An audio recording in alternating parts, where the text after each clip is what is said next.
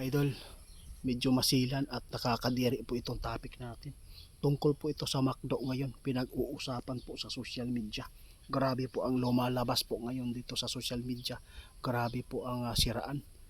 Marami po nagpaabot sa amin. Hindi tayo nakaiwas po dito sa issue na to. Umabot pa sa ating kaibigan para magtanong mga idol.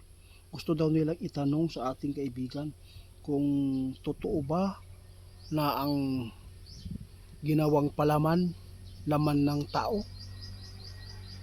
Ito po yung nakakaawa mga idol kasi napakarami nating mga kababayan na nag-work po dyan sa McDo.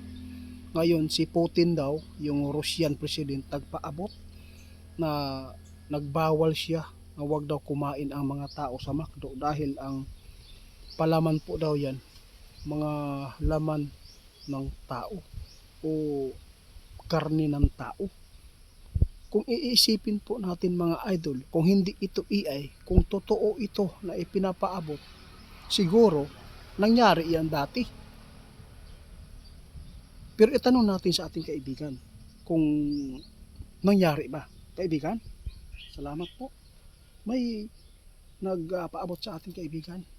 Medyo masilan, nakakadiri. Sana po nakapagkain na po ang lahat. May nagpaabot sa amin kaibigan tungkol po sa napanood nilang ipinapaabot ni President Putin na ang McDo daw ay wag daw kumain ng mga tao doon dahil ang mga palaman, mga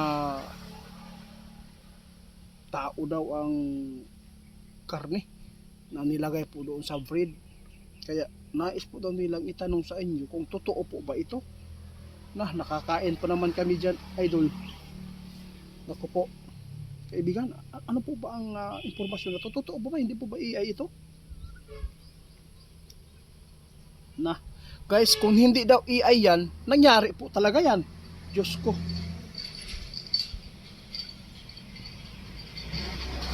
Oo nga, tama ka kaibigan.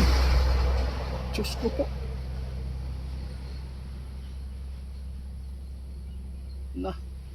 Napaka lungkot daw ang ipinapaabot mga idol dahil po ngayon sigurado ang McDo ngayon parang wala ng tao dahil sa ipinapaabot daw ni Putin. Kaya si kaibigan, kung hindi man daw AI yung ipinapaabot ni Putin, ibig sabihin nangyari yan doon sa ibang bansa. Hindi po tayo pwede makapagsalita dito mga idol na nangyari din sa atin dito sa Pilipinas. Kung siguro kung mayroong pong mga Amerikano, mga foreigner na sila mismo ang nagluto yan dito sa Pilipinas, sigurado may mga kadugtong-dugtong talaga natin idol, no? Parang maano natin, no? Kung totoo ito, kaibigan. Sobrang napakasilan nga, delikado po eh. Kasi kung totoo yan kaibigan, kung hindi AI, ibig sabihin nito napakaraming mga tao nakakakain na. At sinabi ng ating kaibigan, guys, na kung hindi daw AI ang ipinapaabot ni, baka napakarami ngayon mga AI mga idol, no? Lumalabas po kahit anong mga boses, pwede magaya lahat po ng mga mukha ng tao. Kung hindi daw AI yan, ibig sabihin yan, totoo, nangyari yan doon sa ibang bansa. Pero dito sa Pilipinas, kaibigan, oo nga. Guys, sabi ng ating kaibigan, kahit po hindi man nangyari dito sa bansa natin, kasi maraming baklo po dito eh. Kung hindi man ito nangyari dito sa atin, sigurado nangyari yan doon sa ibang bansa. Maraming nakakain talaga, no? Totoo, kung hindi AI. Pero kung yun po ang napalabas daw ngayon, sigurado maapektuhan talaga ang Pilipinas, yung mga McDo dito. Kawawa, no? Kasi mahirap naman po, maggawa-gawa lang si Putin. Napakasilan po ito mga idol. Malaking business po ang kinakalaban po nila din. Oo nga.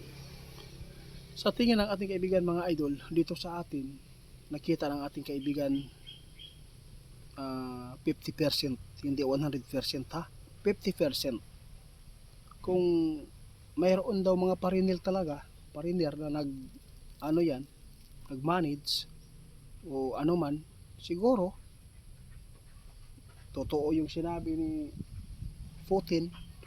Pero wag po agad-agad tayo maniniwala dahil napakaraming mga scam po ngayon ang lumalabas, di ba kaibigan?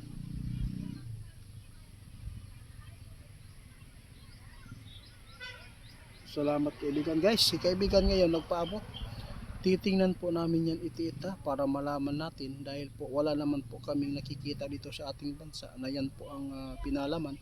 Pero kung mayroon talaga daw mga tao na taga ibang bansa na nag manage po dito ng McDo, sigurado hindi po natin alam kasi si Putin talaga guys, sinabi po niya talaga ang